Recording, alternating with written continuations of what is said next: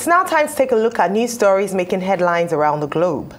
President Muhammadu Buhari has declared that no individual or group can accuse him of corruptly enriching himself since he assumed office as a civilian president on May 29, 2015. The president, according to a statement issued yesterday by his media advisor, Mr. Femi Adesina, spoke at a banquet in his honor in Damaturu, Yobe state capital.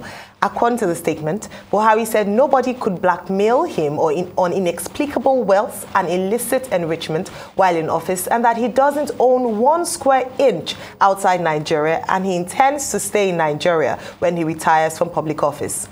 Buhari reiterated his vow to serve God and Nigeria until his last day in office and beyond.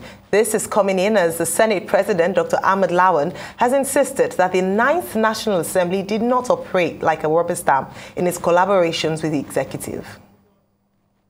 Also, President Muhammadu Buhari has asked the people of Yobe State to vote APC presidential candidate Bola Tinubu, saying he would continue his legacy.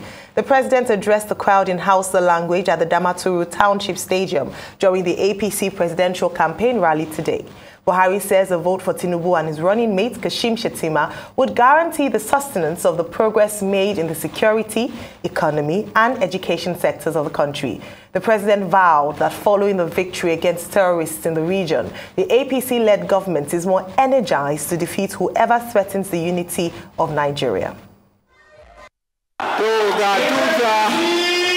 Here is the party's flag that I'm giving to Bola Ahmed Tinubu and his running mate. May God grant us victory. Allah ba mu sa'a baki daya.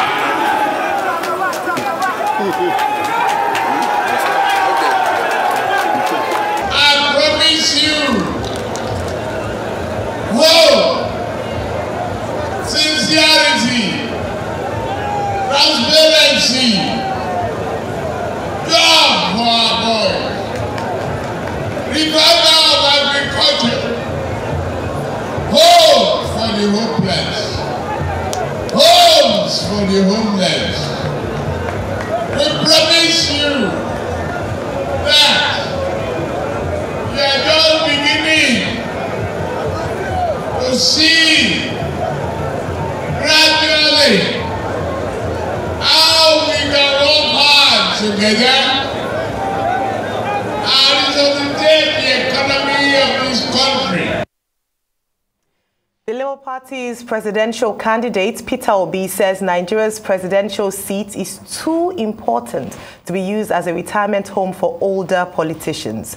Obi said this at a town hall meeting with members of the Anambra State Traditional Rulers Council at the government house in Awka, the state capital. The Labour Party flag bearer says whoever emerges as Nigeria's president in 2023 must be equipped with the requisite knowledge to solve the current challenges facing the country.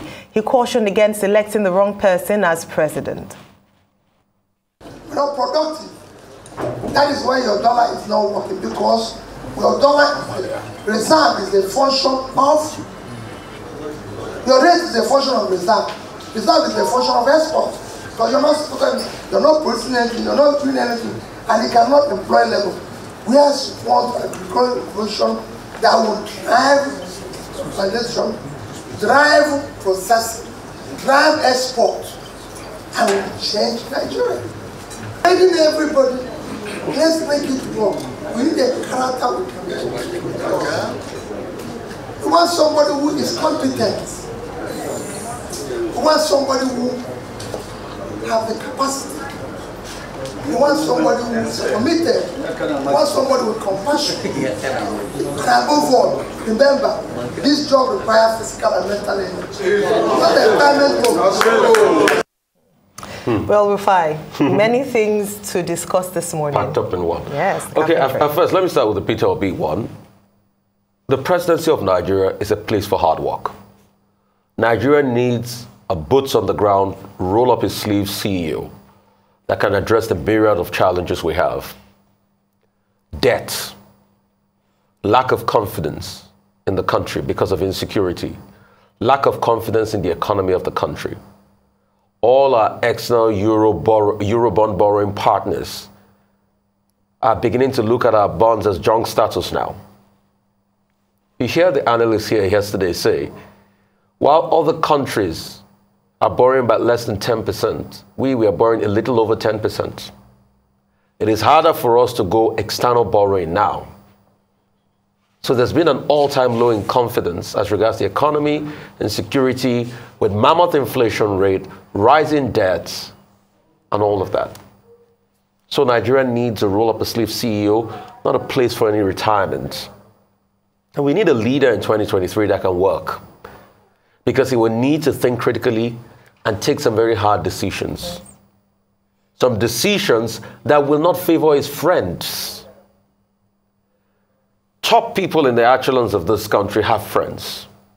I was telling somebody this morning when they asked me, what is political will?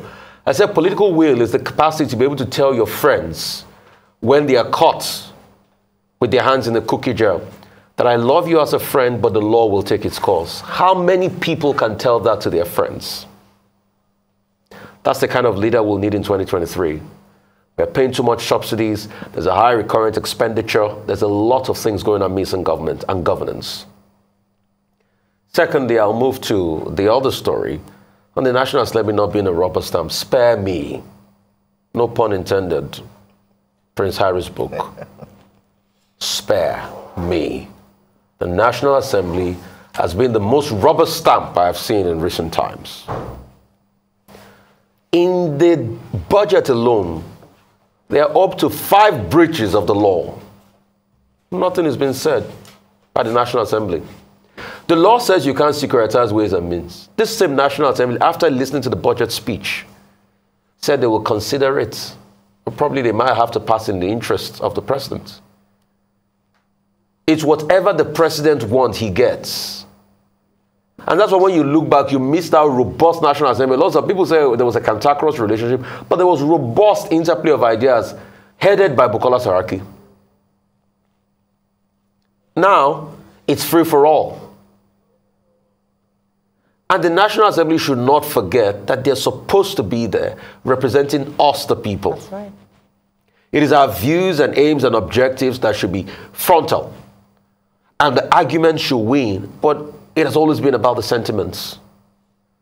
So when they say they are not rubber stamp, they are not rubber stamp. Who approved all the debts? Who approved all the external borrowings? They were quick to approve everything without second guessing and say, this is not going to be in the interest of the country. And those debts now have come home to roost. We've got a big, huge 7 trillion gaping hole.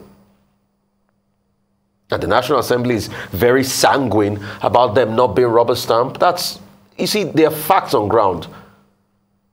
And one fact I've put on the ground, you could challenge me on the fact, is 5 different laws were breached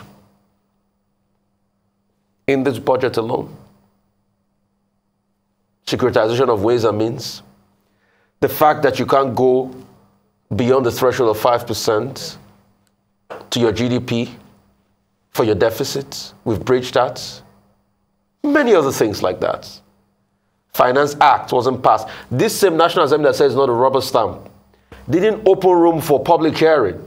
Hurriedly rushed the Finance Act to the president. Have public hearings be conducted at the will of the people. This same National Assembly, you remember what they did with electronic voting? Until the people had to voice their concerns, didn't most of their members go ahead and lie that they had no internet in their homes? One even lied so blatantly that he has no internet in his home. And I'm sure you remember the other day that we talked to Johnson Chukwu. He's from the same village with that National Assembly senator that claimed there was no internet in his home. And there's 4G. 4G in his village. So we have seen the National Assembly act like a rubber stamp. Anything the president wants, he gets. That's why he's put it towards them again. And time will tell if they will help securitize that. For President Buhari saying his legacies, voting Bola Ahmed Tinubu, yeah, he can campaign for Bola Ahmed Tinubu as his candidate. But I would like us to empirically x-ray his legacies. He says he's built infrastructure. Give it to him. Infrastructure stock to GDP rose from 20% to 35%. But the question a lot of people ask is, what's been the after effect on the lives of the people? We have insecurity. We thank God 7 people have been released from the Edo debacle, but people are still in the bush. 2 train attacks in the space of a year. on the same infrastructure because infrastructure was found wanting on that rail line to Kaduna. So we've had that. And then when you check the infrastructure across board, vis-a-vis the economic fecundity or the economic vitality of the people, it's a faux pas. Over 20% inflation rate. Massive levels of unemployment. For over 2 years now, the National Bureau of Statistics can't print out unemployment numbers. Do you know what that means? Cost of living on the increase. They will make arguments of Russia and Ukraine. Inflation too, they will make arguments of Europe. But the counter-argument to that is about the fact that when you look at it critically, Ayo, the border closure policy triggered inflation because inflation was about 11%. After the border was closed, inflation started trending upwards. So those are the legacies. So are these the legacies we'd like to continue? The president also says, you know, no corruption. Yes. Like he says, he might not hold any house abroad. No corruption has been found against him. Give it to him, he's an upright man. But the question is, was corruption found in his administration? Yes. The Attorney General is one. We've had many cases with EFCC by people that have been turned to a nolle prosecute. So these are the facts on ground. And when we talk, let's talk empirically. Absolutely. I mean, you couldn't have said it any better. But let me just start with, you know, from where you stopped with regards to the president promising or campaigning on the strength of his legacy. And I'm glad, you know, obviously, I believe that his spokespeople or his team definitely watched the show because you have called for this. You said that if the president is going to campaign with Asiwaju Bola Ahmed Tinubu, then he should speak about his legacy, he should speak on the strength of what he has done. And the three main areas he said he was going to speak on with regards to his legacy when he was speaking was in security, education, and the economy. And we've just broken down the economy, double-digit inflation. We're going to be having a conversation with Virtus later on, and we're going to be analyzing, or just the analysis of the budget with KPMG yesterday, dissecting that even further this morning. But let's look at security, because he boldly made the claim at the banquet in his honor, you know, in Yobe State, in Damaturu, Yobe State, that they had degraded Boko Haram, that he had fulfilled his 2015 campaign. Recall that his administration inherited a very challenging security situation in Nigeria. We were plagued with Boko Haram, and a number of Nigerians believed his campaign promises because he's a retired general or he's a former general. So they thought, okay, we need to tackle security. It is, you know, it has far-reaching consequences in the economy, quality of lives of people, and so they thought, you know what, this is the change that we need. But how has he fared since he came into power? According to statistics from the Nigeria Security Tracker, which is collated by the Council on Foreign Relations, since May 2015, when he took over, to May 2021, last year, 54,948 people have been killed by violent acts. And they've said themselves that this is a very conservative number. In fact, what you can use to judge this is how desensitized we are to news of killings. Yes. So we see another headline saying that 7 people have been killed, only 7 people, which is it is despicable to say the least.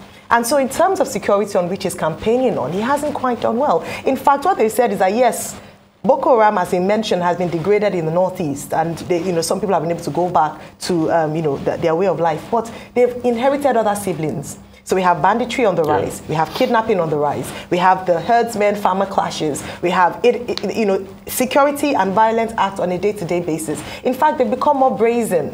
They're attacking train lines now. They are moving to the south, away from the northeast and northwest. They're already in the south. We had the Edo incident. We just talked about it. Today we're going to be speaking about what's happened in Kaduna yesterday, over the weekend. And he's bold to say that he has tackled security. So it's either one or two things. Either the president is far removed from the reality of Nigerians, thereby he's not aware of what is going on under his administration, or he's being fed lies by his people. Because how can we talk about security challenges on almost a daily basis, and then you come out boldly to say that you have been able to tackle Boko Haram? Is he the president of the Northeast alone? Is the security situation in Nigeria only about Boko Haram? Beyond Boko Haram, there are other things that are killing Nigerians on a daily basis, which he hasn't responded to, in the way that Nigerians thought he was going to. You talk about the economy, I won't belabor that point. And we've talked about this a number of times. The strength of the economy. Education. Have we not just survived an 8-month strike, ASU strike? We have an increasing number of out-of-school children. So which education legacy is the president talking about? So when we hear things like this on campaign grounds, fair enough, is this just political rhetorics, what you expect them to say? But when he comes out boldly to say authoritatively that he has done A, B, C, and unfortunately the facts prove otherwise, then it is difficult to believe the APC when they come out to say that they want to strengthen the legacy on which the current president has built. I'll end it there because of our time. But I mean, like Mr. Peter of the Labour Party said, just comment very briefly on that. Rightly said, he's reiterating what he said in Ado-Ekiti last week. Last week, Thursday, during his campaign rally, he said the same thing, that the presidency is not a retirement home for over 70s. And I want to add to it, the Senate is not a retirement home for governors. Because what we've seen and has almost become the norm is that after their 4-year or 8-year tenure, they then go on to the Senate and then just pass time there until it's time to maybe, check out or finally retire from politics. And at the end of the day, the power lies in the hands of the people. The only reason why they would get back, or at least the chief reason, because the president has promised us a free, fair, and credible election, is what we do with our votes. We can no longer be on the sidelines or be apathetic to elections in Nigeria. When it is a retirement home because they come soliciting your votes and you go to the ballot and you cast your vote based on ethnicity or I know this person, I like this person, and then we complain for the next 4 years or for the next 8 years, you can see that we cannot afford to do this at the next election. We must evaluate the candidate's ability to run a nation. We said we don't need a leader, we need a CEO. We need someone that can run the economy. That is what we're looking forward to. And so we hope that Nigerians will do this at the next election. Moving on to the next story. At least 7 personnel of the Nigeria Security and Civil Defense Corps have been killed by suspected terrorists at a mining site in Kaduna State. The incident is reported to have happened on Monday morning as the Civil Defense Corps members went on an official trip to Kuriga mining site in the Benin Gwari local government area. They were reportedly ambushed and killed alongside 5 other people from a local security service. The Corps has directed that its flag be flown at half-mast and a national prayer involving both Christians and Muslims be organized at the Corps National Headquarters in Abuja. I mean, Ayo, like you just said, this is another sad reminder. And when the president says we have done a lot as regards security, I wonder, what is he saying?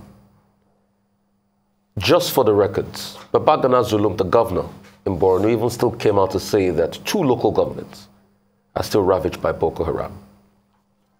Should we go to the farmers that were killed in Zabamari, over 100 of them, that the presidential spokesperson came out to say that it's because they didn't get permission before they can go to their farm. So we have to take security permission before we go to our farms. Farmers are no longer going to the farm because of insecurity in the north. That's why food inflation is on the increase. People are scared for their lives. Then Kaduna, we all remember how we started last year with so much attacks in Kaduna. These bandits were even so brazen that they were seen at the corridors of the airports. Planes didn't fly for so. Because the problem in Nigeria, we have selective amnesia. We forget things a lot because so much bad things have happened that we just forget. And some security personnel, remember how they told us that they were just strolling past the airport. Bandits were strolling past the airport. Also, mining sites. It's not today they've been killing people around the mining sites. Terrorists have turned the mining operations into their own. And that's why when you look at it critically, when we had the Minister of Solid Minerals talk, he openly said, we cannot afford to ensure security everywhere because terrorists have taken over most of the sites. And now commiserations to the lives of these NSCDC officials. Their only crime is that they're serving their country. And they say security as being better. And that's why I like the stat you quoted, over 54,000 deaths. I must confess to you, Ayo, that's too conservative. In Borno alone, I was seeing something on Stats Sense that was saying that in Borno alone, we had over 35,000 deaths. In Borno alone, since all of this started. But what has been our approach? Are we not the ones welcoming back these terrorists? under Operation Suluhu. We are even giving them ashwebi and jollof rice. So what do we want for our country? Do we want it to be great like it is? The way we can build a country that is great and will stand the test of time is by telling ourselves the truth about our challenges, not sugarcoating it. Because when you sugarcoat it, because it doesn't favor your government, then you forget in a hurry that what goes around comes around. That's why we lead leaders, not politicians. You might get into the position of leadership through being a politician. But once you become a leader, you cease to be a politician. A leader thinks of the betterment of his country and the next generation. A politician thinks of the next elections. You must see beyond election winning and all the shenanigans and attacking the press and abusing journalists, but focus on building a country. I'll submit to you, this country is the best kept secret in the world. It has the capacity to be great, but our leaders must stand up, strap up their boots, and put on their table the buck stops with me. And if Nigeria fails, I fail as a leader. Thank you for talking about leadership, Rufai, because when we look at the security architecture of our nature and the failure of security, it is down to leadership largely. So we've normalized a lot of things that should be abomination. Yes. We talked about the bandits, the explanation of the bandits by the airport, saying that they were just strolling. Well, in what world, in what sane country do you hear things like that? But these are the normal things that we read and we flip our papers or we scroll through and it becomes normal to us. In the same vein, what happened in Kaduna is just ridiculous. It's just totally ridiculous. So what they've said is that, according to reports, by the way, as at the reports, Kaduna State Police hadn't come out to either deny or confirm. They've kept quiet, as unfortunately, oftentimes they do. And what they said was that this was a reprisal attack. So the NSCDC had killed a boy that looked after the cattle of the bandits. So imagine what we're talking about, that there's a boy that looks after bandits, and they killed him. And so following this, so it's been a few days before this incident happened on Monday, and they came and then they killed some of the NSCDC officials as well as other people in the area. Again, Kaduna, this is not the first time in Kaduna, and in that area it's notorious for attacks like this. It begs to believe why we haven't had a conclusive dealings with these criminals.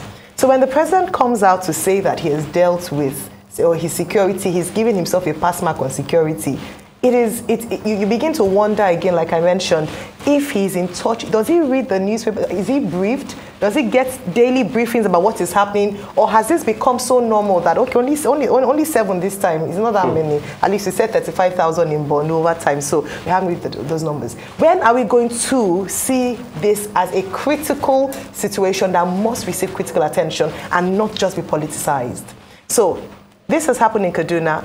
We haven't heard anything with regards to arrests or people being apprehended. We haven't heard anything with regards to a full investigation being done and the reports from this investigation. We don't know if this is going to happen. And so, I don't blame your response, because that is what Nigerians have gotten used to in terms of responses to attacks like this. Like you mentioned, RIP to the dead.